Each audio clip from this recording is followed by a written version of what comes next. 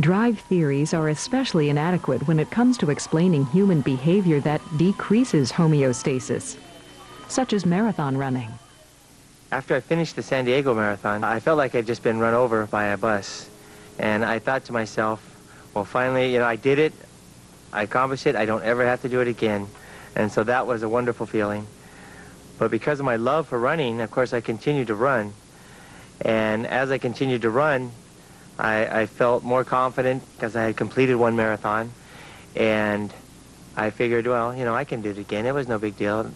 The pain soon went away. And all I tasted was the victory of the completion of it. So I started training for the next marathon. Incentive theories of motivation were developed to explain behavior that clearly falls outside of biological needs. Instead, behavior is linked to external incentives, such as rewards. While this may explain the motives of a world-class runner, it fails to shed light on the motivation of countless others who cross the finish line after him. In searching for the source of motivation for these unknown achievers, researchers made some startling discoveries about the power of internal motivation. Who will play the game harder, the person who loves the sport or the person who's getting $1 million? I'm not sure. I'm not sure who's going to put out more effort, who's going to be more motivated. On the other hand, the extrinsic motivation can be more easily withdrawn than the intrinsic motivation. So my love of the game will probably outlast the amount of time I'm getting $1 million. There's some people who think that by paying me that large amount of money, I lose my intrinsic motivation, that the extrinsic motivation detracts from my interest. And in attributional terms, we would call that discounting. That is, I notice I'm playing hard, I'm getting the money, that must be the reason. It's not because I'm interested. And the extrinsic motivation undermines my intrinsic interest. Studies have demonstrated that over time, external rewards can actually reduce a person's motivation to engage in otherwise self-motivated tasks. For example, a child may naturally enjoy helping her mother in the kitchen. But if the parent offers an external reward for doing so, the child may be less likely to help in the future if her reward is not forthcoming.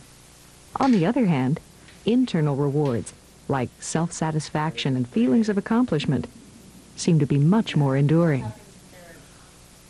Psychologist Abraham Maslow recognized these more humanistic motives, as well as biological factors, when he developed his hierarchy of needs. What's interesting, Maslow took elements from some of the early motivational theories and captured it in his theory of motivation, Maslow's famous hierarchy of needs. And the hierarchy, and briefly what the hierarchy is about is that Maslow felt that in order for us to grow psychologically and develop and reach our potential, we had to satisfy needs at one level of the hierarchy before moving up to the next level. So at the very bottom of the hierarchy, you have things like basic biological needs, food, water, shelter, warmth, then safety needs, the need to feel secure and safe in your environment. Then social needs, the need to belong to a group, feel connected to a group, a family unit, a work group, something like that.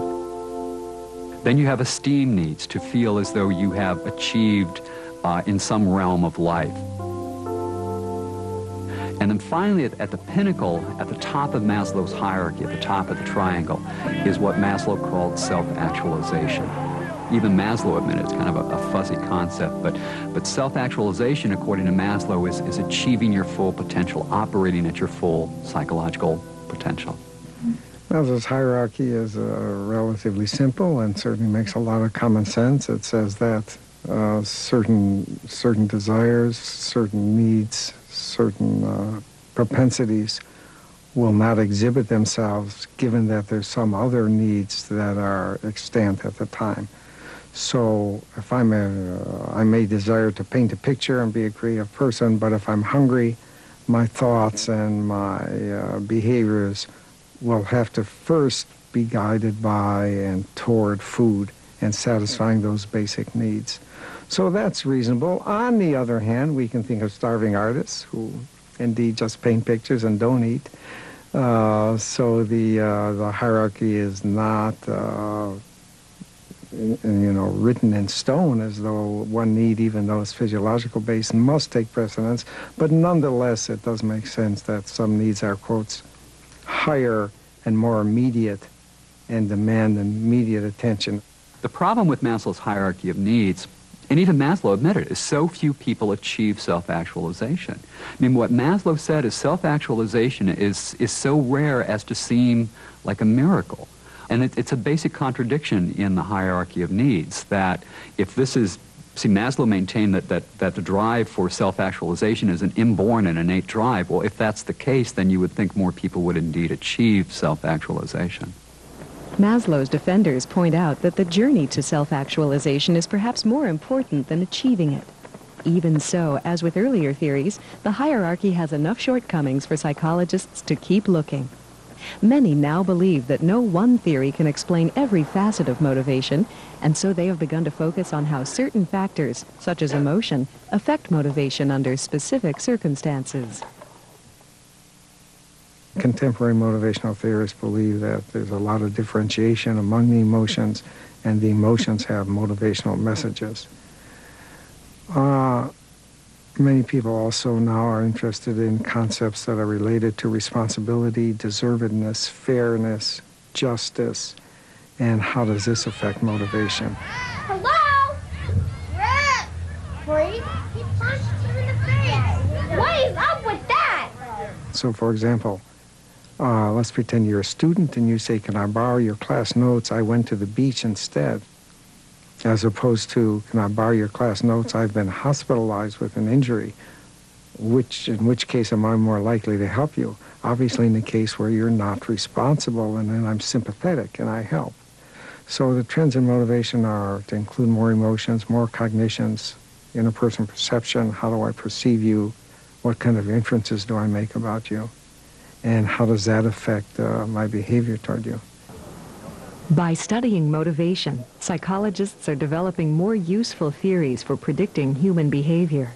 At the same time, they have begun to unlock the secrets that help us increase our motivation and reach for the stars. It's one small step for man, one giant leap for mankind. Motivation is at work in the life of every individual, and yet this force that drives human behavior is still not completely understood. The factors that motivate one person to run a marathon may just as easily be ineffective on another person.